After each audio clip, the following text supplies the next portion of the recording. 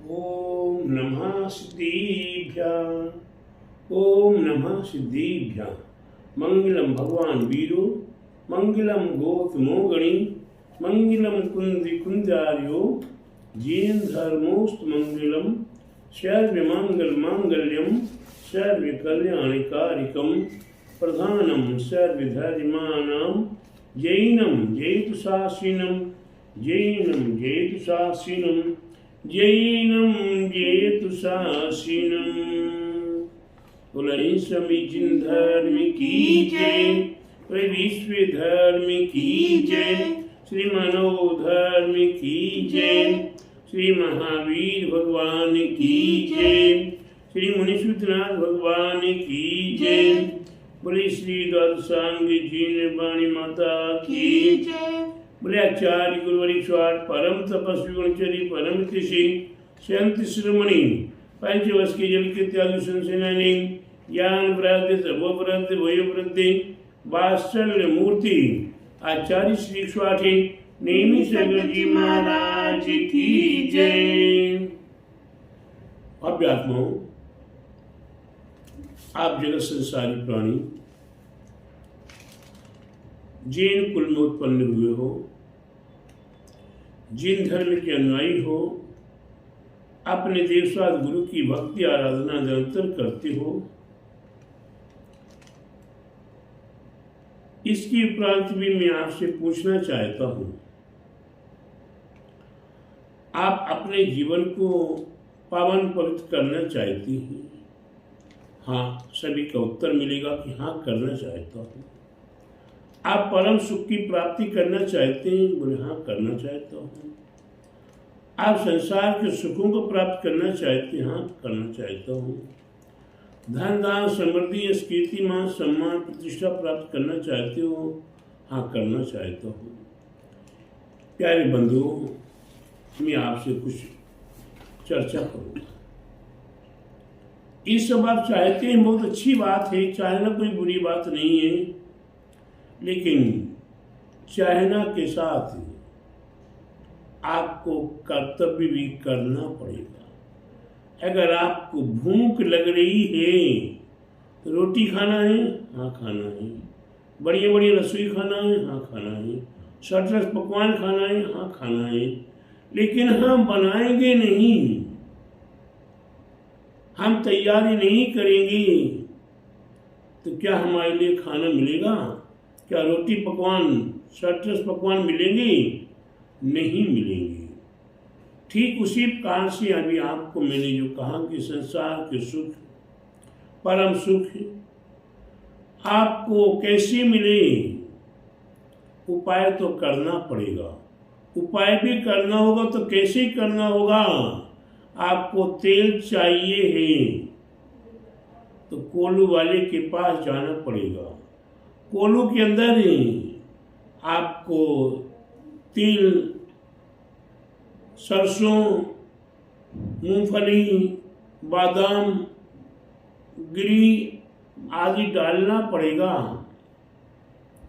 तभी जाकर आपको कोल्हू तेल दे पाएगा। अन्यथा आप उसमें बालू डालो, लकड़ी पत्थर डालो, कोयला डालो, धूल मिट्टी डालो, तो क्या प्यारे बंधु आपको तेल मिलेगा? नहीं मिलेगा। ये सभी जानते हैं, सभी कहते नहीं मिलेगा। तो तेल कैसे मिलेगा? तो जिसमें तेल है, तिलहन पदार्थ है, आपको डालना पड़ेगा, तभी जाकर तेल मिलेगा। ठीक उसी कारण से आप परम सुख चाहते हो, संसार के सुख चाहते हो, परमार्थ पद चाहते हो, तो आपको कैसे मिले? आप अपने आप में क्या कहते हो? मैं श्रावक हूँ। श्रावक का स्वरूप है श्रद्धावान होना, विवेकवान होना और क्रियावान होना। हमें अपने सच्चे देवसाज गुरु पर विश्वास श्रद्धा करना, फिर हम उनकी भक्ति आराधना करते, उस पर हमें अपने आप पे श्रद्धा करना कि मैं जो भक्ति आराधना कर रहा हूँ वह सच्चे मन से सच्ची भावना के साथ कर रहा हूँ। ये श्रद्धान होना, ये आस्था भक्ति होना, तभी जाकर हमारा कुछ कार्य बनेगा। हमें अपने देवसाद गुरु पे अकाल श्रद्धान करना, ये श्रद्धा है। विवेक हमें सुबह दोपहर शाम दिन रात का विवेक करना पड़ेगा। हमें आहार आदि देना है तो किस समय में देना है। हम कहें कि सुबह सुबह प्रातः काल में दे दें, हमें दिन भर समय नहीं मिलता हम रात्रि में दे दें, नहीं, हमें विवेक की आवश्यकता है। हमें सूर्य उदय के 2.25 घंटे बाद या सूर्य उदय से 2.25 घंटे पहले तक के आहार आदि देने का उल्लेख होता है। उसी प्रकार से हर जगह विवेक की आवश्यकता है। हम दान दें, दान देने पर भी हमें विवेक की आवश्यकता है कि हम किसको दे रहे हैं, इसका क्या परिणाम होगा, इसको भी तो सोचना पड़ेगा। एक छोटा सा उदाहरण याद आ रहा है, एक छोटा सा उदाहरण याद आ रहा है। वह उदाहरण है कि एक सेठ जी थे, उन्हीं के दरबार पर कभी भी कोई कुछ भी मांगने आता, वे अपने दरबार से कभी खाली नहीं भेजते, उसे अवश्य सहयोग प्रदान करते थे। इसी बीच एक मछुआरा, मछलियों को पकड़ने वाला, वह सेठ जी के पास पहुंचता और सेठ जी से कहता, सेठ जी मेरे को 1 रुपया मात्र दे दो। कितना? 1 रुपया मात्र मेरे को दे दो, मैं अपनी आजीविका शुरू कर लूंगा। सेठ जी ने कहा 1 रुपये में क्या होगा? नहीं नहीं सेठ जी मेरे को 1 रुपया दे दो, मैं अपनी आजीविका शुरू कर दूंगा। सेठ जी ने 1 रुपया उसे दे दिया। उसे 1 रुपया देती उस मछुआरे ने क्या किया, बाजार जाता है और धागा खरीद लेता है, और धागा से मछुआरे ने क्या किया, ताना बाना बुना और एक जाल बना लिया। और जाल बनाकर उसने मछलियां पकड़ना शुरू कर दी। जैसी जैसी मछलियां पकड़ना शुरू करता है, वैसी वैसी सेठ जी की जितनी दिन दुनी रात चौगुनी उन्नति हो रही थी, वही पतन की ओर होना शुरू हो गया। धीरे धीरे उस मछुआरे के यहाँ पर्याप्त पैसा होने लगा, काम बढ़ने लगा। उसने 2, 4, 10, 20 मजदूर भी रख लिए और उस जाल को लेकर अनेकों जाल और बना लिए, और इस जाल को उठाकर तिजोरी में रखकर इसकी पूजा करना शुरू किया कि ये जाल ही, ये सेठ जी का सहयोग दिया हुआ जाल हमारे लिए दिन दुना रात चुगना उन्नति को, सफलता को प्राप्त कराने में कारण बना।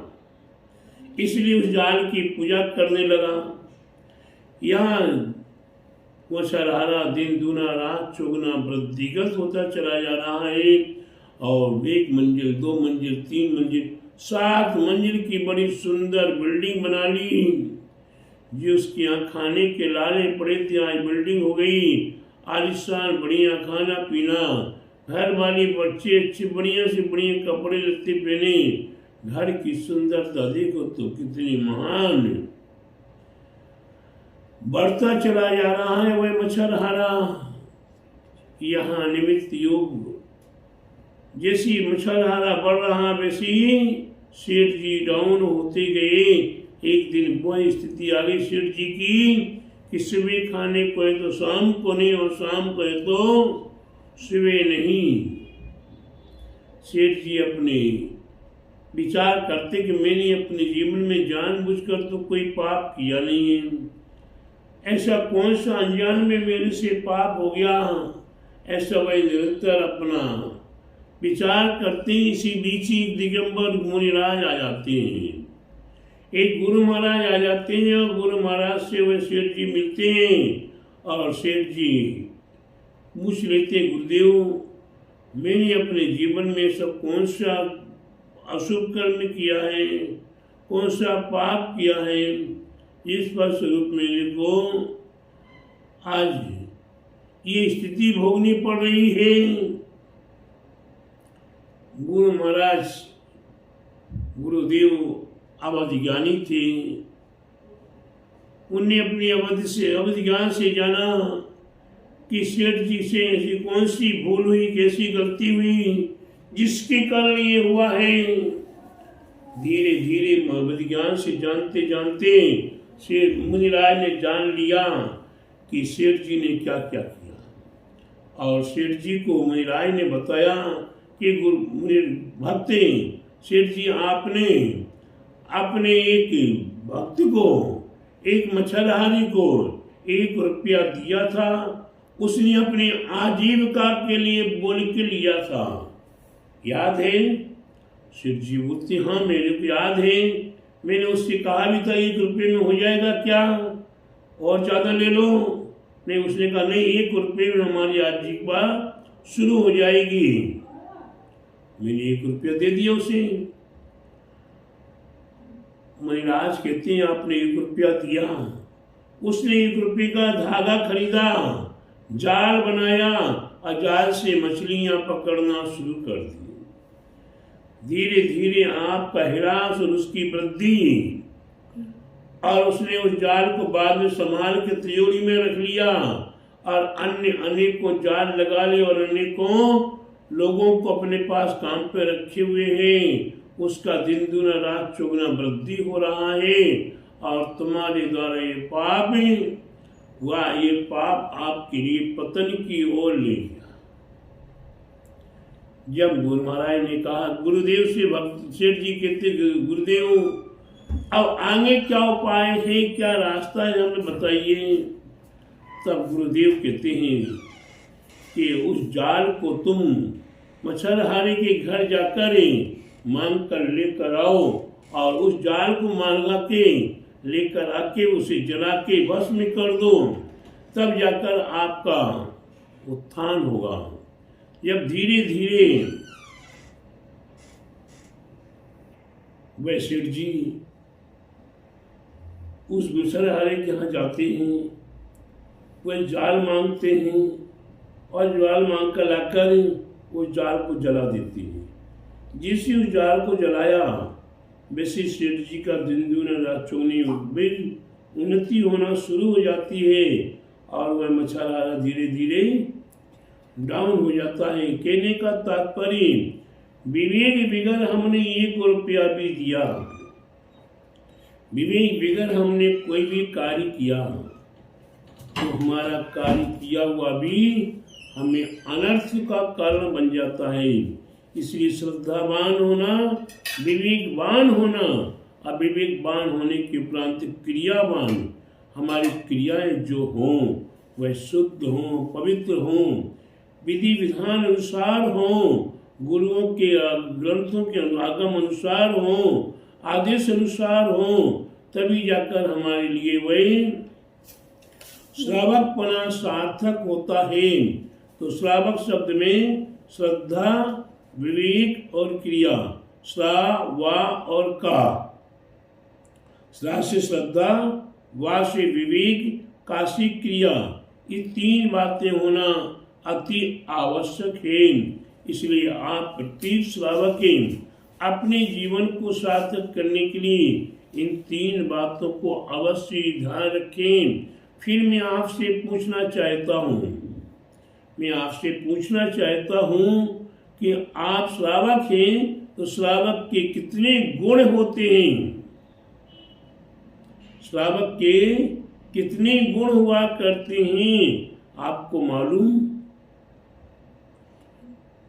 सभी एक दूसरे का चेहरे देखने को तैयार, एक दूसरे को चेहरा देख के फिर मेरी ओर चेहरा देखते हुए, मेरे को देखते हुए मुस्कुराना शुरू कर दिया। इसका मतलब है कि आपको आपके गुणों का पता नहीं है। श्रावक के कितने गुण होते हैं नहीं मालूम, लेकिन हम श्रावकों को देखते हैं, कभी कभी श्रावक भी अपने गुरुओं के ऊपर भी गुरु बनने की कोशिश करते हैं कि हम सब कुछ जानते हैं, हम सब जानते हैं, हम सब जानते, सब कुछ जानते होते तो प्यारे बंधुओं अपने गुणों को भी तो बता देती आप। आपके गुण आपको ही नहीं मालूम है तो मेरे गुण तुम्हें कहाँ से पता लगेंगे। और जब आप अपने आप को ज्ञानी मानते हो, अपने आप को ध्यानी मानते हो और आप अपने आप को धर्म के जिम्मेदार मानते हो तो आपके श्रावक के गुण तो मालूम है, होना ही चाहिए। फिर भी प्यारे बंधु मैं आपको बता देता हूँ, श्रावक के कोई कहता 60 मूल गुण, 6 गुण तो 6 गुण नहीं, वह 6 आवश्यक हैं। कोई कहता श्रावक के गुण 8 मकार आदि का त्याग तो वह मूल गुण हैं। वह श्रावक के 8 मूल गुण हैं। तो मैंने मूल गुण नहीं पूछा, मैंने गुण पूछा है। तो प्यारे बंधु आवश्यक देव अपने देव पूजा, गुरु पास्थी, स्वाध्याय, संयम, तप, त्याग और दान, ये आपके 6 आवश्यक है। 6 बोलो या 6 बोलो, 6 आवश्यक है और 8 मूल गुण हैं। ये श्रावक के मध्य मधुमास का त्याग, पंच उदंबर फल, मकार आदि का त्याग, रात्रि भोजन का त्याग, छना हुआ पानी पीना और देव दर्शन करना, ये आपके 8 मूल गुण हैं। और आपके गुण कितने, आपकी क्रियाएं कितनी, आपकी क्रियाएं कितनी हैं? महाराज जी मेरे को नहीं मालूम। क्या मालूम है? नहीं मालूम महाराज जी, आप ही बता दो। अरे हम अपने भी गुण बताएं, आपके भी गुण बताएं। आपके गुण आपको मालूम होना चाहिए, हमारे गुण हमें मालूम होना चाहिए। जिसे डॉक्टरी पढ़ी वो डॉक्टरी बताएगा, जिसे मास्टरी पढ़ी वो मास्टरी बताएगा। डॉक्टर जो है वह डॉक्टर कैसे डॉक्टरी करता है, कैसे पेशेंट को देखता है, कैसी बीमारियों को दूर करता है। मास्टर होगा वो कैसे अज्ञान को, अंधकार को दूर करेगा, कैसे विद्यार्थियों को पढ़ाएगा, तो उसके अपने अपने हैं। तो मैं साधु, तो मेरे साधु के मूल गुण कितने, साधु के गुण कितने, मेरा प्रसंग आएगा मैं बताऊंगा। आपके गुण आपके हैं, आपकी क्रियाएं आप बताओ। फिर भी प्यारे बंधु कोई बात नहीं है। श्रावक की 21 गुण हुआ करते हैं। कितने? श्रावक के 21 गुण हुआ करते हैं और 53 क्रियाएं हुआ करती हैं। आप अपने क्रियाओं में 53 क्रियाओं को कीजिए और अपने गुणों को आप जानिए कि आपके 21 गुण होते हैं। तो 21 गुण कौन कौन से हैं? कभी समय मिलेगा तो मैं आपको एक एक दो गुणों के संबंध में बताने का प्रयास करूंगा। आप उसे श्रवण करके अपने पास संभाल के रखिएगा और अपने जीवन को सार्थक कर दीजिएगा।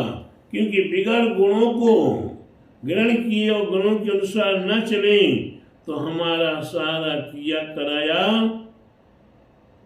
गुण को और गोबर को नहीं पहचाने, गुण को और गोबर को नहीं पहचाने और दोनों को मिला दे तो क्या बन जाएगा?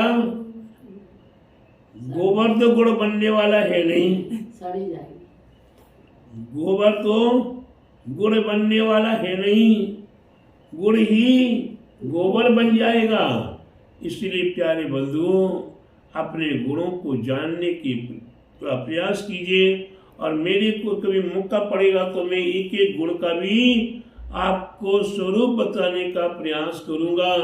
आपके गुण आपको मिले और आपके गुणों आपको आपके जीवन में आपको पावन पवित्र करें। ऐसी शुभ भावनाओं के साथ बोले महावीर भगवान की जय। बोले द्वादशांगी जीन वाणी माता की जय। बोले आचार्य गुरु स्वाटे परम तपस्वी उच्चरी परम तेसी संत शिरोमणि 5 वर्ष के जल के त्यागी संसेनानी ज्ञान व्रत तपोव्रत वयोवृद्धि वात्सल्य मूर्ति आचार्य श्री स्वाटे नेमी सगर जी महाराज की जय। महाराज की जय।